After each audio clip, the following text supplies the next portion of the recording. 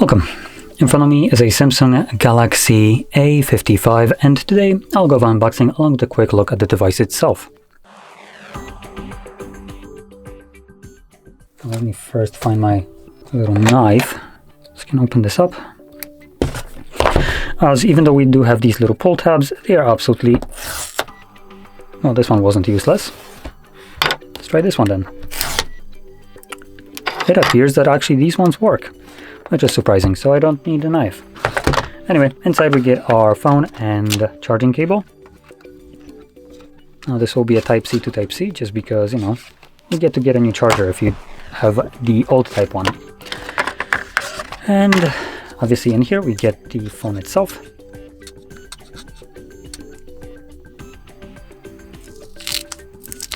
There we go. Let's boot it up.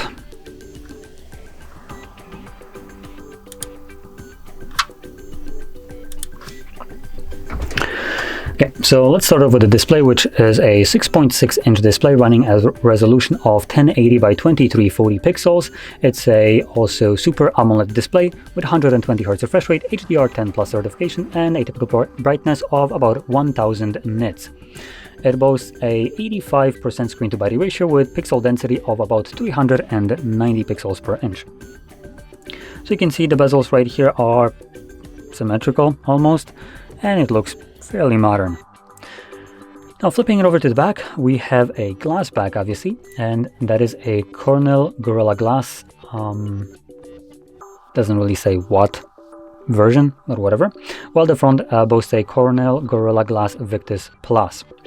Now, also we have our cameras at the back, and the main sensor here is a 50 megapixel f1.8 wide sensor with PDAF and optical image stabilization, and 12 megapixel 123 degree ultra wide lens, and 5 megapixel macro. Now with those cameras you can record videos at 4K 30 frames, 1080p, 30 and 60.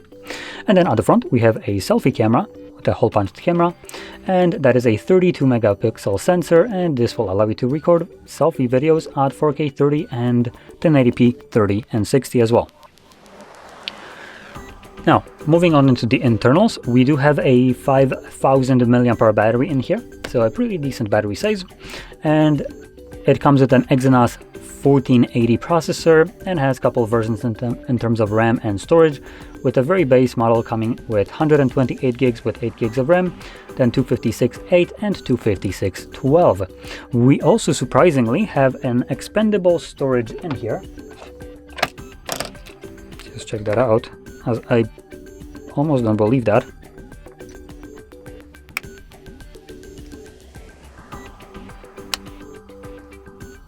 Come on, there we go. And yep, the second side allows you to put in either SIM card or SD card. So pretty good. Okay, continuing on. Let's see, anything else to say? We do have under display fingerprint sensor for the people that are wondering. The device can charge at 25 watts with a cable. There is no wireless charging, unfortunately. And the price is about $450, something along those lines. So it is more on a mid-range specifications, and honestly for this price, as always, Samsung just kind of under-delivers with the device for the price. Now I assume their software and optimization for cameras will be pretty solid, but for the kind of like a performance and specifications of the device and what you pay for, it seems underwhelming. As for instance, for $500 you can get something that runs with a Snapdragon 8, I think Gen 2, which is the Poco X6.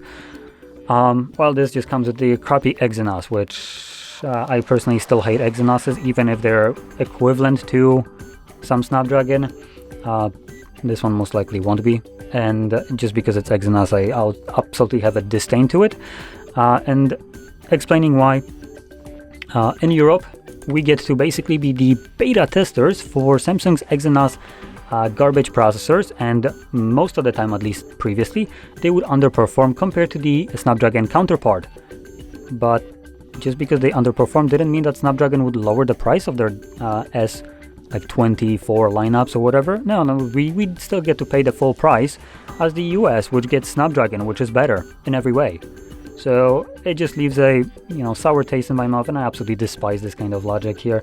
So I don't recommend this device just because of that Exynos processor inside.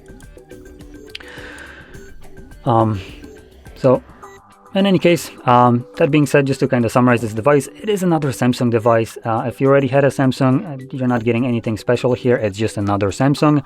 And for a company that likes to say that they care about the environment, they surely produce a lot of these dog shit devices that look almost identical to like 5 different models that they sell. And this is basically another one of those devices with very minuscule differences over some other phone, which I did unbox not too long ago. What was the name for it? Samsung Galaxy A55. This one might be faster as it's more expensive, but other than that, they look identical. And honestly, I just don't see a purpose to release 10 different devices per year and then also claim that you care about the environment. So anyway, with that being said, if you found this video helpful, don't forget to hit like, subscribe, and thanks for watching.